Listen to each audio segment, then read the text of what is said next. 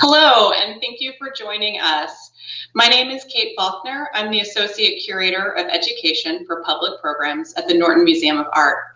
Welcome to tonight's live-streamed Art After Dark from home, where we are presenting Mulan, the history of a legend. Mulan is one of the foremost legendary women of ancient China. Her tale of heroism was first retold in the poem Ballad of Mulan, and was expanded upon in plays, novels, and movies, including the 2020 feature film. Tonight, Laurie Barnes, Elizabeth B. McGraw Curator of Chinese Art, and Joy Lidu Yi, Associate Professor and Curator of Chinese Art and Archaeology at Florida International University, will explore art and history connected with Mulan's story. Dr. Lidu Yi is a historian specializing in Chinese visual art and material culture. She earned her MA and PhD at the University of Toronto and was visiting professor at McGill University prior to joining FIU.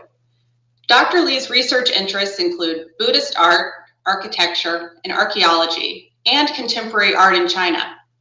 Among her other projects, she's working on the book Zhu Bing, Background Stories, which explores a series of landscape works by Zhu Bing, one of the greatest contemporary working artists today. Throughout tonight's program, you will have the chance to submit questions through the chat features on YouTube and Facebook. We will dedicate the final few minutes to answering your questions.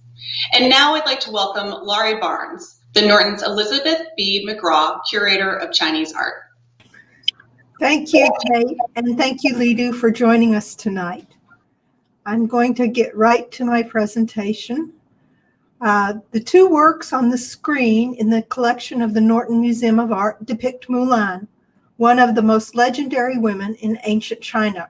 Her heroic actions were first recorded in the ancient lyric poem Ballad of Mulan that was transcribed in the 1000s.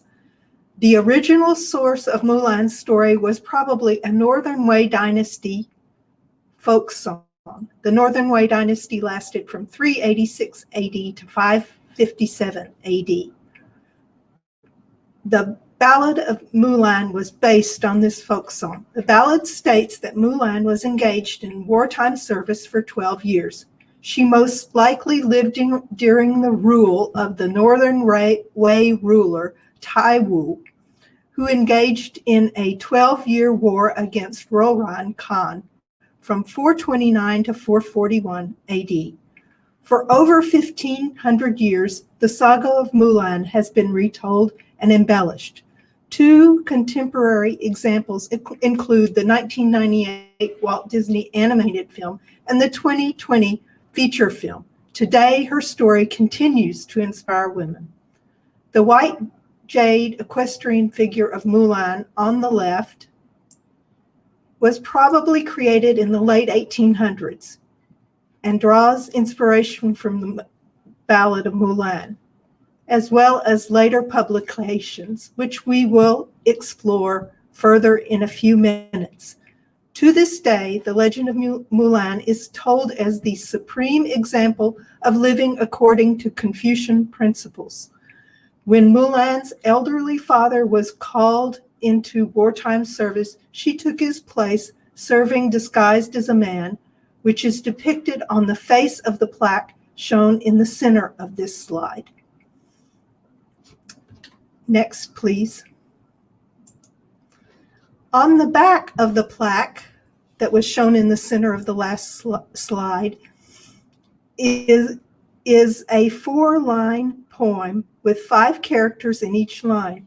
It is written in running script, which is transcribed into standard script on the right and translated on the left. The poem was written according to the meaning of the Ballad of Mulan.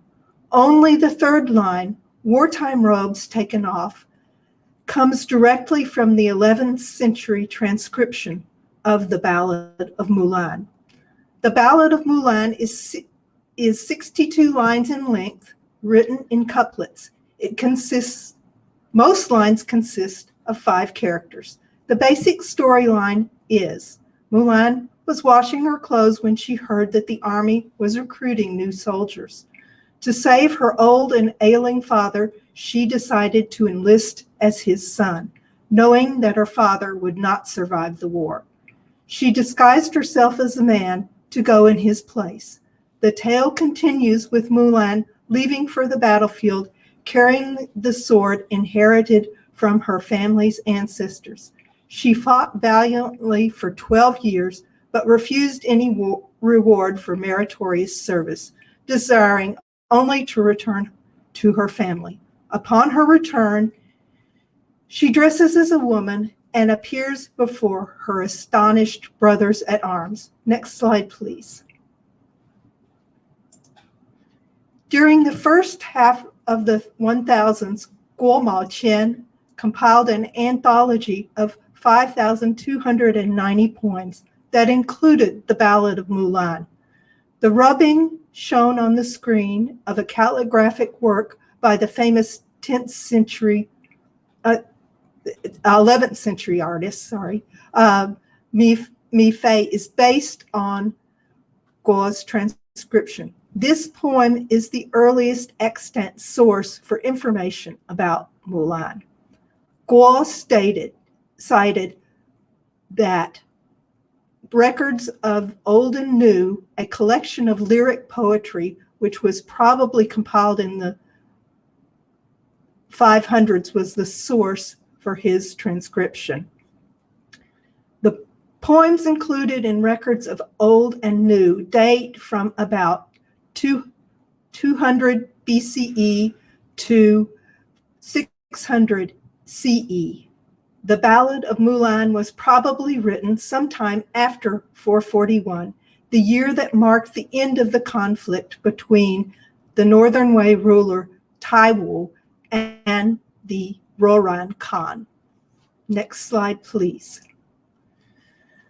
During the Ming Dynasty, the Ballad of Mulan would serve as inspiration for a massively expanded theatrical script for a 2-act play by Xu Wei titled The Heroine Mulan Goes to War in Her Father's Place. The Ming Dynasty illustrated publications of this play, like this book published around 1580, the horse plays a passive role in scenes of Mulan's departure from home, which is shown on the right. On the left, a more active horse carries Mulan on her journey to report for military duty. Next slide, please. This is an illustration from the same book, but it's a later reprint, and it depicts Mulan arriving to join the combat troops. Next slide, please. The white jade plaque in the collection of the Norton is based on an illustration of Mulan published in 100 Poems of Beautiful Women.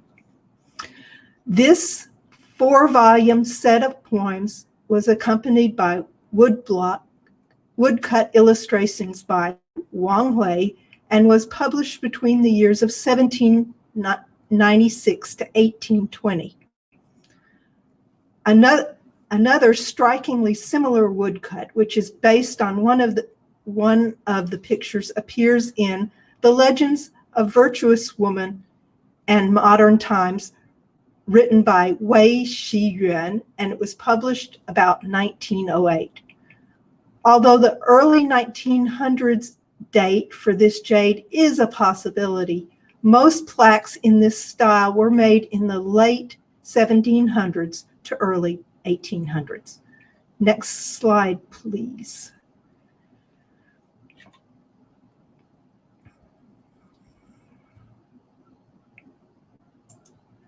The last and most important of the most important versions of the legend of Mulan was the Romance of the Sui and Tang dynasties, a historical novel written by Chu Renhe in 1695. Mulan makes her appearance in chapter 56. In the 60th chapter, there is a detailed account of events leading up to Mulan committing suicide at the grave of her father. When Mulan returned home, she found that her mother had remarried. At this time, the Khan, also summoned Mulan to court to become his concubine. The painting in the center depicts Mulan's departure from home. It was created by Yu Ziding, who was a court painter to the Kangxi Emperor when the novel The Romance of the Sui and Tang Dynasties was published. Next slide, please. Less expensive editions of fiction printed during the late Qing dynasty frequently involve woodblock illustrations recarved or modeled from earlier editions, such as this woodblock print depicting Mulan's departure, published in Filial Friends Illustrated, 1871. At this time, woodblock prints were disconnected from a living tradition of artistic book illustration. As a result, this print and others become ever more simple and generally cruder. In this print, the Jade Equestrian in the collection of the Norton Museum, Mulan's relationship with her horse become more personal in both the print and the sculpture in the Norton Museum. Next slide, please. Note that Mulan's hair ornament in this illustration in the Jian Shizai pictorial, Shanghai, circa 1871, is quite similar to the one on the Norton Jade's equestrian figure of Mulan. This floral ornament may be intended to be a homonym for Mulan's name, meaning lily magnolia, pictured in the photo inset on the left. Typically, lily magnolias have upright blossoms with elongated petals. The Norton Jade's equestrian figure seems closest to the way the Mulan figure is represented in the late 1800s. Therefore, the Norton's figure is tentatively dated to the late Qing dynasty. Next slide, please. As stated earlier in this presentation, the legend of Mulan most likely arose during the rule of the Northern Wei ruler Taiwu, because he engaged in a 12-year war against the Rouran Khan from 429 to 441. The Rouran were nomads ethnically related to the Northern Wei Xinbei rulers. At this time, the capital of the Han Chinese dynasty, the Liaosong dynasty, was located in Jiankang, which is now Nanjing, and the Northern Wei capital was at Pingcheng, now Datong. If Mulan was a real person, she was probably of Xinbei ethnicity. She might have had mixed blood, since marriages formed alliances with the Northern Wei Xinbei elite. In 434, the Northern Wei rulers entered into a marriage alliance with the Rouran, and in the 480s, daughters of the Xinbei Tuoba royal family married Han Chinese elites. Next slide, please. To give you an idea of how Northern Wei rulers dressed, on the left is a mural depicting a dignified, sword-bearing warrior guarding the entrance to the tomb of Yuan Yi, who was the fourth son of the 7th Northern Wei Xinbei Emperor Shahwan, who lived from 467 to 499. The majestic warrior wears a small white crown, wide-sleeved shirt of Han Chinese origin, and voluminous pants of Xinbei origin. In 520, the occupant of the tomb, Yuan Yi, was unjustly accused of plotting to poison the emperor and was executed at the age of 34. In 525, he was posthumously rehabilitated, and his remains were placed in a royal tomb decorated with murals. The photos in the center and on the right are murals from the Xinbei general Laure's tomb of 577. The scenes Scenes from his military career include Xinbei soldiers. Laurie was related to Luo Xiaojun, a powerful woman of Xinbei ethnicity. She married Gao Huan, a member of the Han Dynasty Northern Qi royal family, born and raised in Northern Wei territory.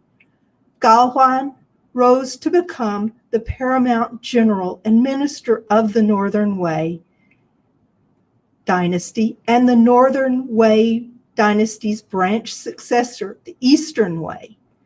When the Eastern Wei ended and the Northern Qi dynasty started when Gao Huan and Luo Xiaojun's second son, Gao Yang, forced the Emperor Xiaojing of the Eastern Wei to yield the throne to him.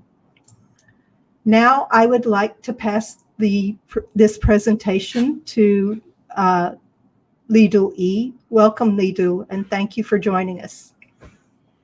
Thank you, Laurie. Thank you for inviting me for another session. Good evening, everyone. Thank you for joining us. I will first discuss different versions of the movie, and then I will put Mulan in historical perspective using some newly excavated objects to delineate a material culture of the time. Thank you. The 2020 Disney movie Mulan led to a new discussion and an inquiry of her. Who was Mulan? Where did she live and when? We in fact do not have much in-depth knowledge of her.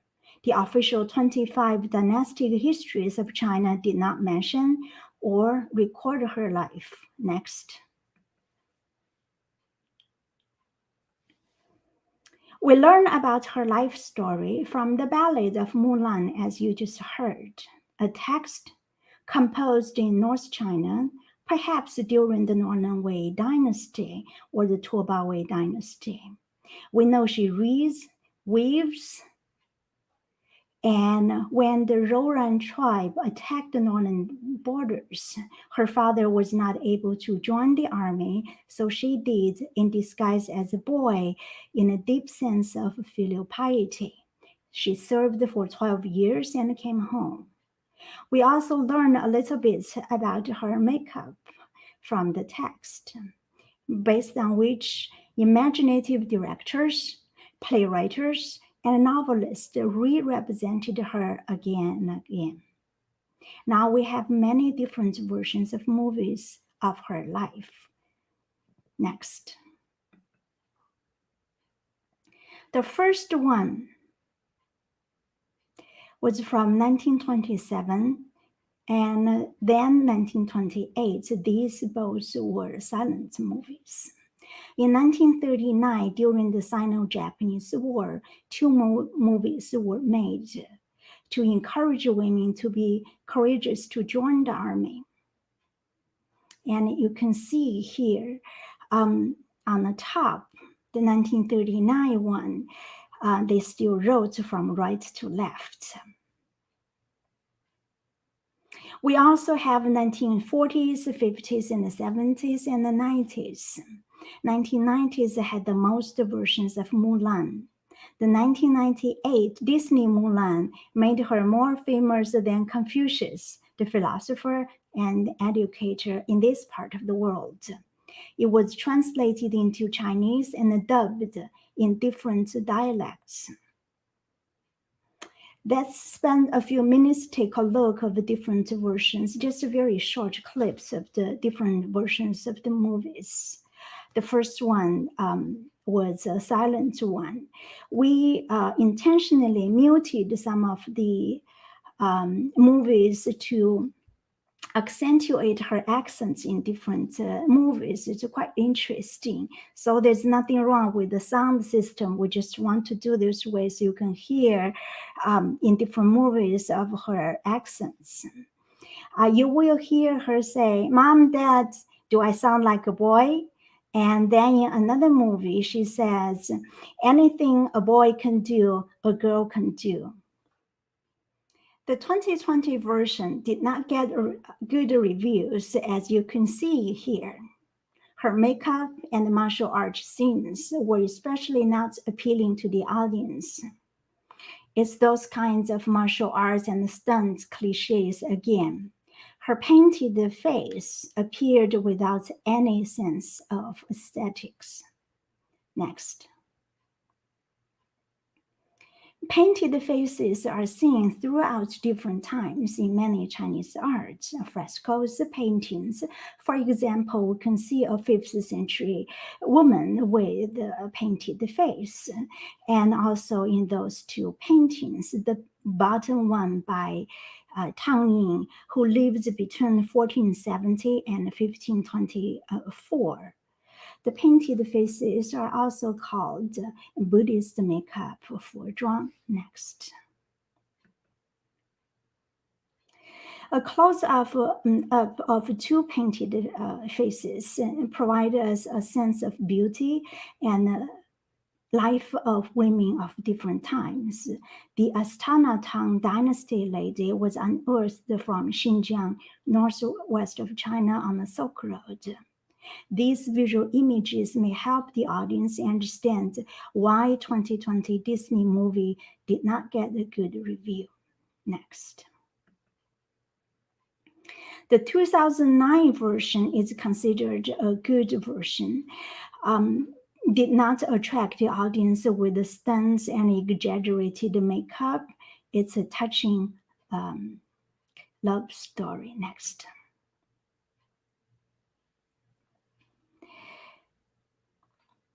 In the meantime, the Chinese traditional Confucian virtues, loyalty, bravery, and filial piety are subtly indicated in the movie. Next. The sense of filial piety is deeply rooted in Chinese bones. It can be seen in many Chinese art forms, as we can see here. Next. The striking moment of the movie was when Mulan's lover identified himself as the prince of the Northern Wei, Tu Bahong. He later became the emperor, that is Emperor Xiao, mentioned by Laurie just now, who was born in 468 and was chosen to be the successor of his father when he was only 13 years old. Very able ruler, and whose patronage Buddhism and Buddhist art in China flourished. Next.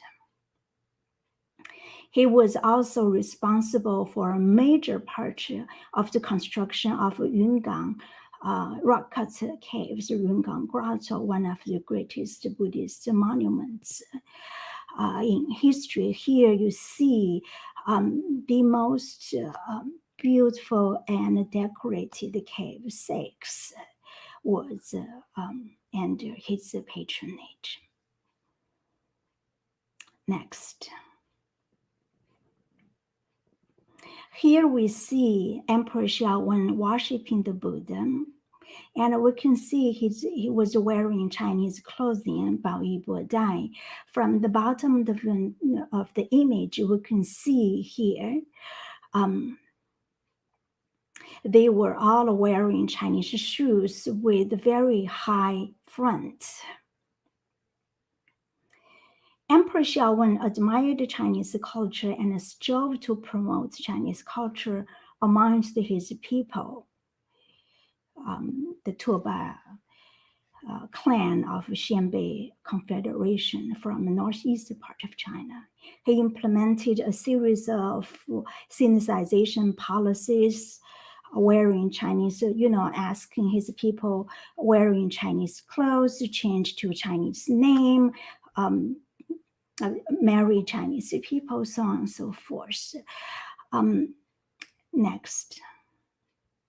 From these unearthed material objects, we can more or less, to some extent, have a sense of what kind of life they lived, what kind of clothes they wore.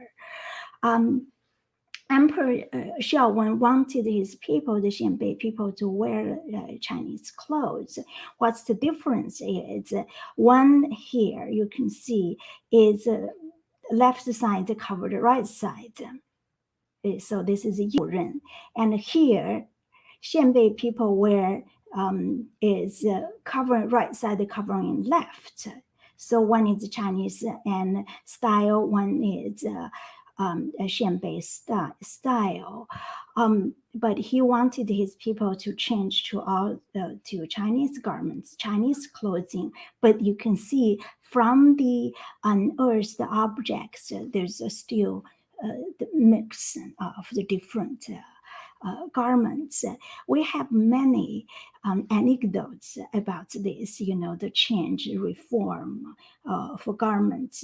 One of them is quite interesting. One day he went out and on the street he saw still many people wearing his people, Xianbei people's clothing. And then he came home and came back to the court and told his officials and complained, there's so many people wearing, Xianbei clothing. Tell them change.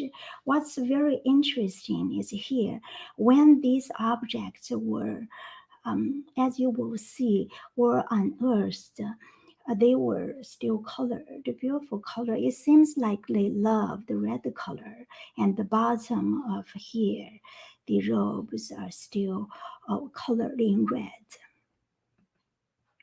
Next,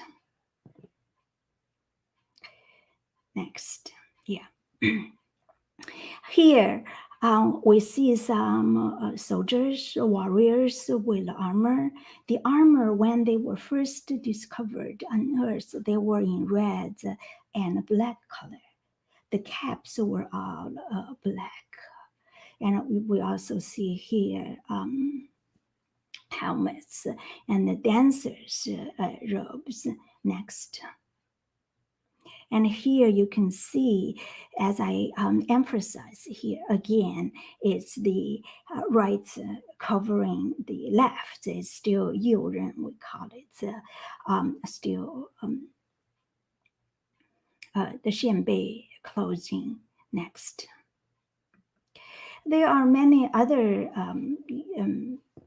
excavated objects to show us the material or culture of the time during the Southern Northern dynasties around the 4th to the 6th centuries. And here what I want to emphasize is here in the around the knee, and the pants are tight together, make them very tight, so it's easier for the horses to ride the horses. Next. That also makes us think about what happened later on in Japan. This is a much later, as you can see, version, but just put here, you can see what's going on later in Japan. Next. We have quite a few unearthed pieces to show us the material culture of her time or Southern Northern dynasties, 4th to 6th centuries. They were primarily, what I'm using it's primarily excavated at the Northern Wei dynasty capital, Pingqian, modern-day Datong. This invaluable hard evidence can, to some extent, delineate material culture. When the time when the Ballad of Mulan was believed to be composed, we found many daily used objects, clothing for warriors, horses in Songzhaozhu, dated to 477.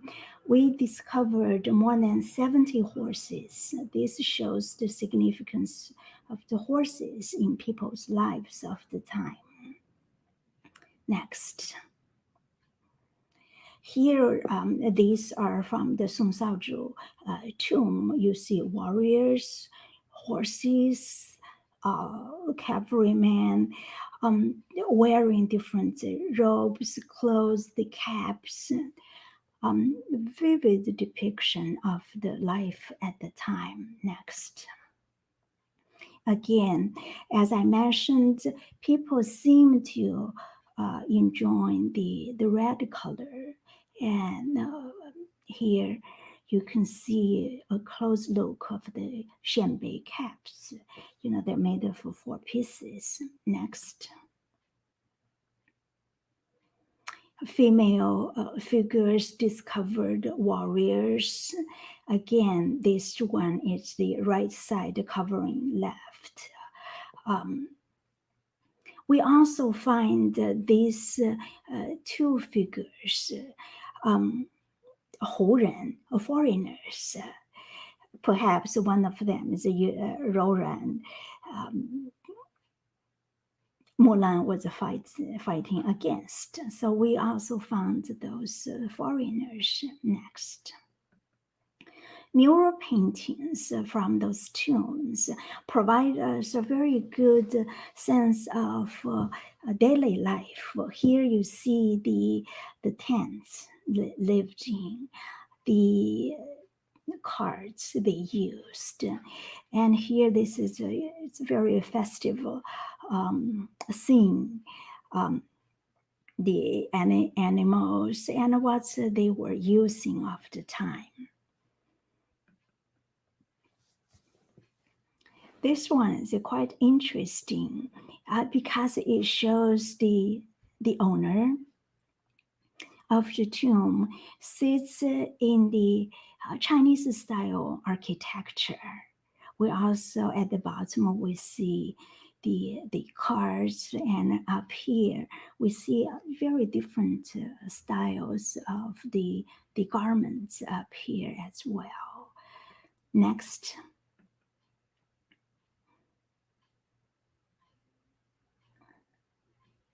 Next.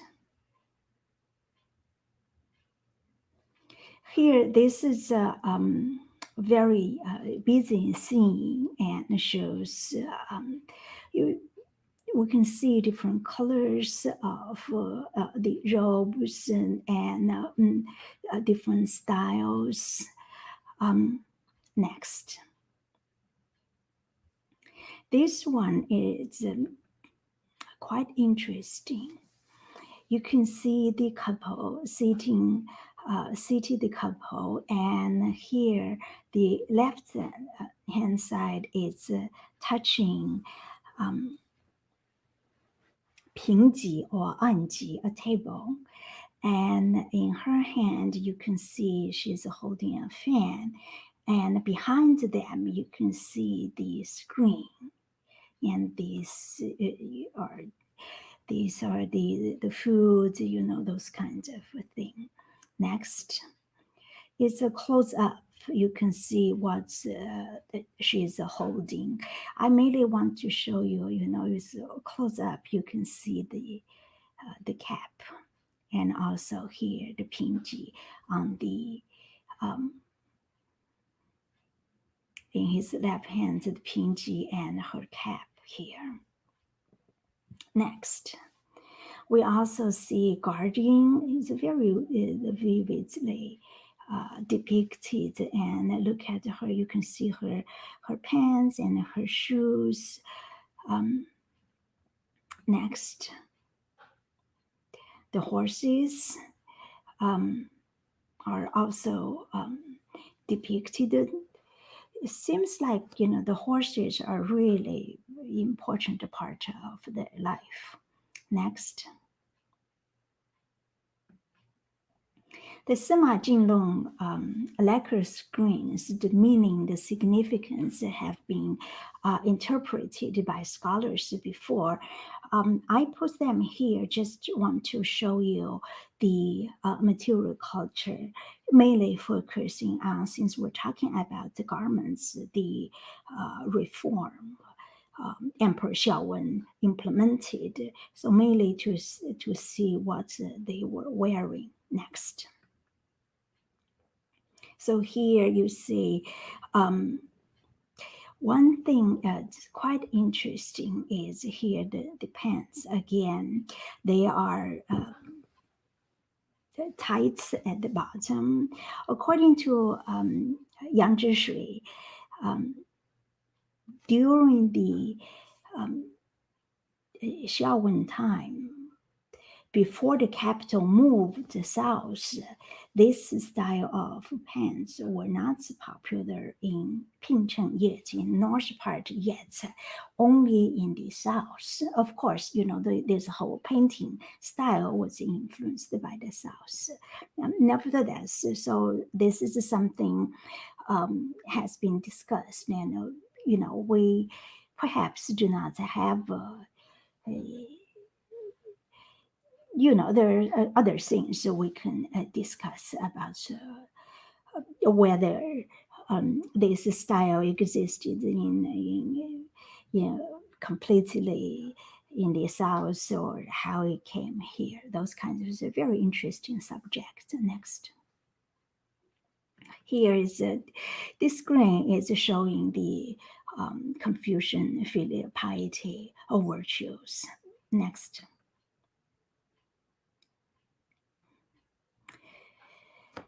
This one is, first of all, the garment is quite interesting. Yang Zhishui recently interpreted this image as the danger or crisis of the politics. Here the character says walking on ice, and she interpreted this as suggestion. There was a crisis, a political crisis of the time. Next. This group of frescoes are very interesting, very valuable, dated in the mid of the 5th century. Part of the inscriptions were destroyed by water. Somehow got into the water, but I feel it's a good illustration of the musical instruments of the time. They were using the cards, again, the clothes people are wearing of the time. Next. Very interesting is the architecture of the time, the tents they were living, and please note the windows up here. So that's one type of architecture we see of the time. Next. In the meantime, we also see the Chinese style architecture in those stone chambers. 四主三间, 4 columns. And so these are different chambers, different architecture. So another type of architecture. Next. What's very interesting, unearthed near the Northern Wei capital, Pingcheng, Datong, is daily used objects. Here we see the dust pan here, a big jar, a well, stove. Did Mulan use, if she literally lived, did she use that type of a stove, a rice husker, mill? All of those very vivid depiction of the time. Next. Here on the top, we see a well. This is the stove, the rice husker, the bowls, the other things, the carts.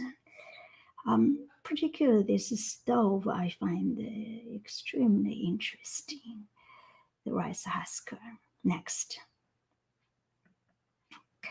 In the Ballad of Mulan, it mentioned, before she joined the army, she went to the market to buy the horse, the saddle, so on and so forth. We found so many horses in different tombs. Here, this part, 账泥 is like a saddle clothing, material to prevent the dust to get close to the horse. Next. We also see the cavalryman, and at the bottom we see acrobats, and also those foreigners again, the horses, many horses and the carts again. Next. So these are the details of the horses we found in Pingqian area, the Northern Wei capital. Next. What do they say? How do we use them? What can they tell us? These unearthed objects also brought many questions to scholars, or raised many questions to scholars. Next. For example, the reciprocal relationship between religious and secular objects. Here we see the first group you saw. These were from the Yungang caves.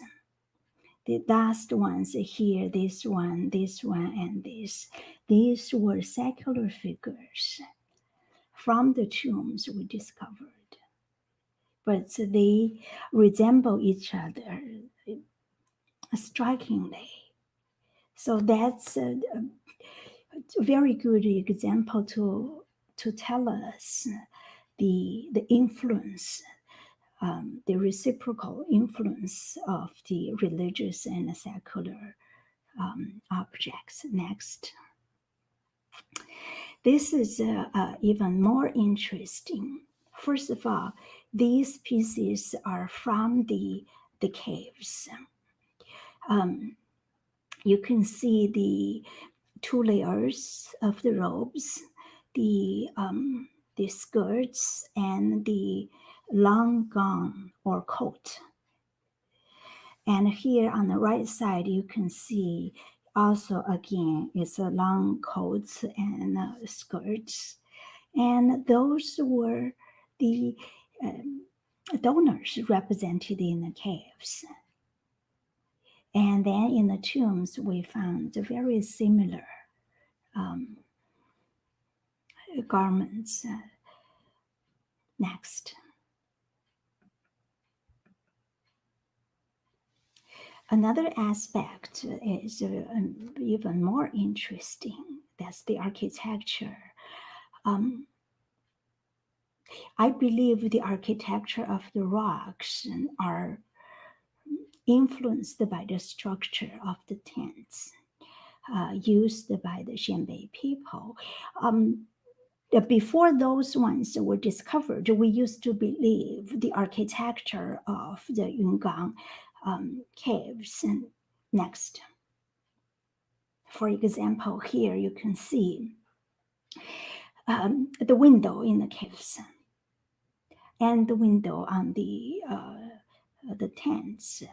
And before these ones were discovered, we believe the architecture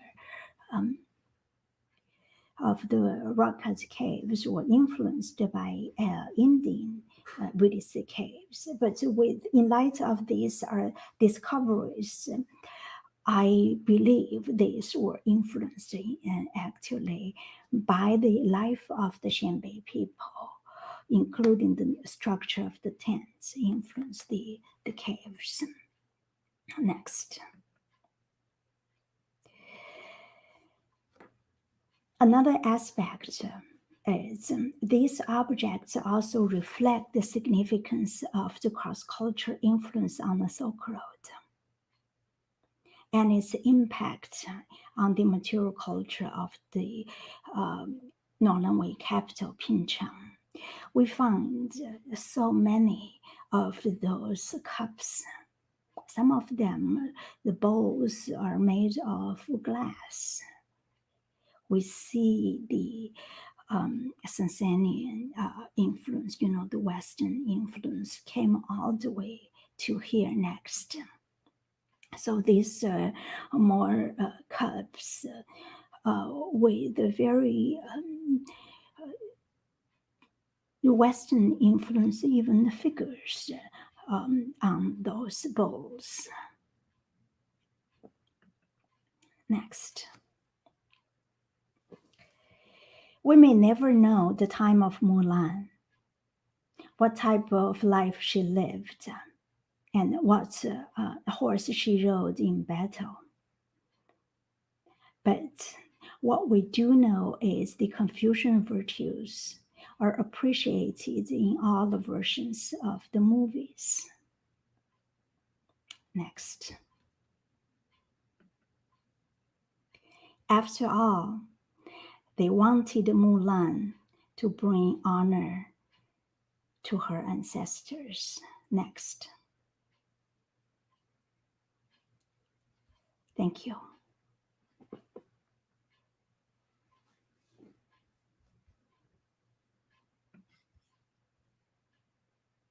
Laurie, back to you now. Thank you, Lidu. If you've enjoyed this program tonight, it is made possible by members of the Norton Museum who are friends of Chinese art. And if you enjoyed the program, I encourage you to join today. Now, I would like to open up the program for discussion and questions. I don't see any questions in the comment box yet, but Lidu and I have been talking about a few things, foremost of which is, do we think Mulan is a real person? Lidu, your ideas. Yeah, that's a very good question. We may never know. But I intend to believe, at least, let me put it this way, at least we know at the time women did join army. That we know. And they did pay filial piety. So perhaps sometimes I think maybe Mulan represents a group of people rather just one person, because we do have sources at the time women did join army. Do we know what they did? Are you talking about what type of? What kind of? Did they fight? Did they cook? What did they do? Many sources tell yes. That's a very interesting question. Many sources inform us. The first virtue for them is gentleness, and it seems like they all know how to wave, like Mulan did, right? It's also very interesting, I think, to me, even today. During that time, it's not just women, men, they also put up makeup. Looking good it's like a primary concern. Like Shi Shuxinyu gives a lot of anecdotes about how much they pay attention to their appearances. Women at that time, we are talking about normal or regular people. If we talk about higher level, the emperor, we know many sources, like Empress Xiaowen's mother. During the Northern Wei dynasty, the policy was 子贵母死. When the son became the emperor, they killed the mother. So, because in order to avoid the mother to have too much power, the thing is they could never stop that, because when the practice is when the prince became the emperor, they were normally very young. Xiaowen became the emperor when he was only 13. And his mom, as we read the sources, a very beautiful woman. But how she died is still mystery. There are, three speculations about her death. But how she died, we do not know. But we scholars tend to believe there's no coincidence. How come as soon as he became, the emperor, then same year she died? And this is just one example. So many other examples. The thing is, the emperor was too young. Mother was killed. Who's going to raise them? So the nanny or the second mother, those type of nanny mother, they became very controlling as well to control his life. So during that time, so that's one thing. During the Northern Way, women were killed if their son became the ruler. Have a couple of questions now. One question is, besides the inaccuracies with the choreography and makeup, is the overall story intact in the 2020 film? Do you think? I think the basics are. What do you think? I think a lot of people were upset about the interpretation of Qi. That's true. The father made a comment, only boys have Qi, right? Too much flying around. But one scene they provide, they use Chang'an because one scene about the city.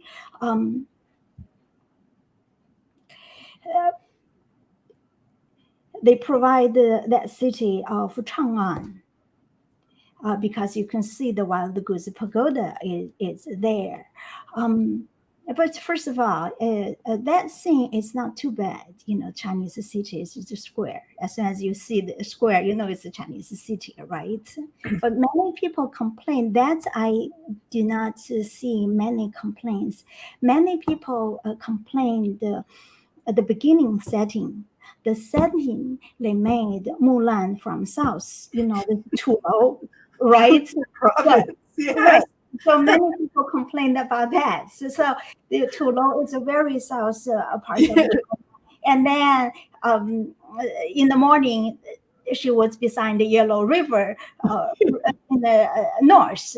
And somebody, I see in the review, somebody said Mulan must be on the bullet train to cover,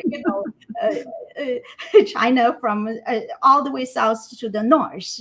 So that I think it was a huge mistake to choose that, because first of all, that's South China Tulou now become such a tourist spot.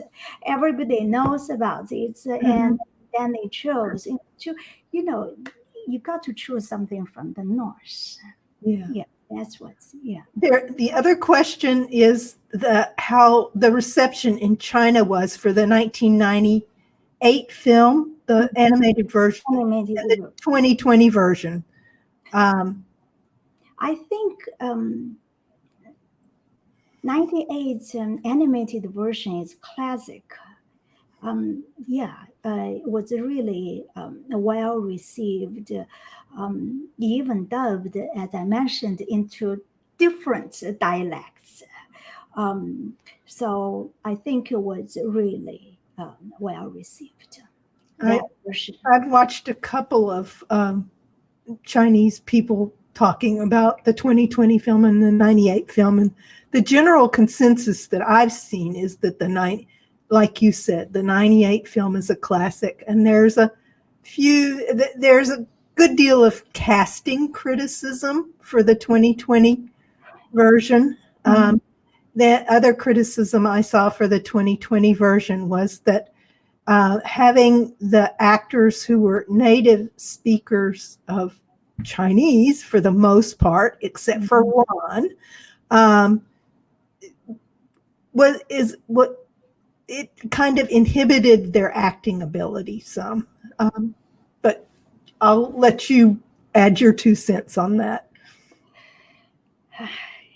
See, I think they did read the Ballad of Mulan and got some inspiration. I think the 2009 version is a much better.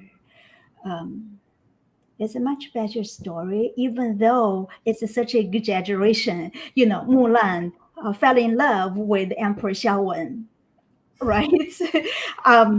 Maybe during Mulan's time, Xiao was not born yet, according to your interpretation, right? Well, there is that 1695 version where she has a love interest and things like that. So I think they carried it one step further. We're coming up just about on time, but I have a few more questions. Would you like to continue? This is,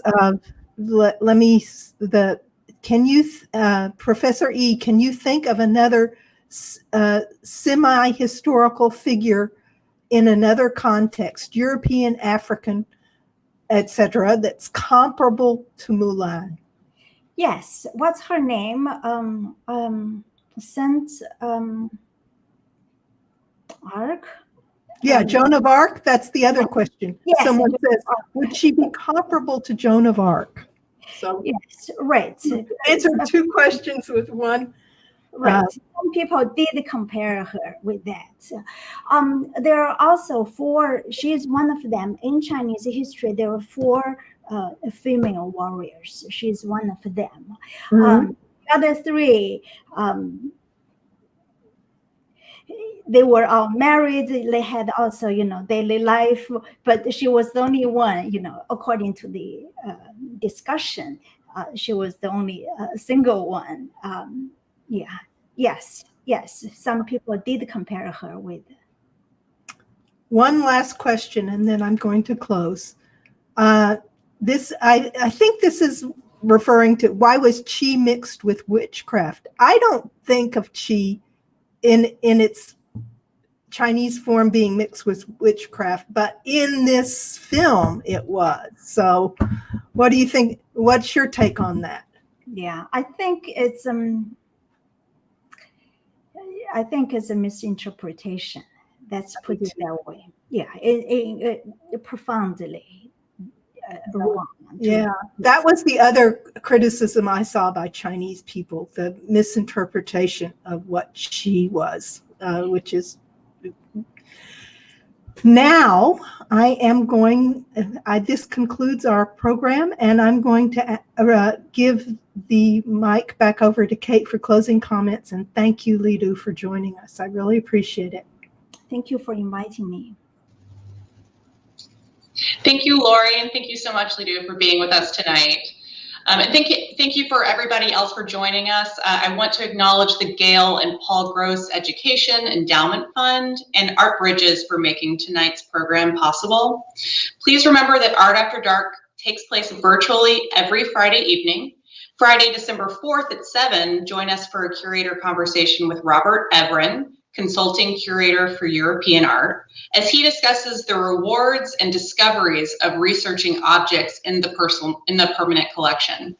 Visit norton.org for more information. Thanks again for being here, and have a great weekend.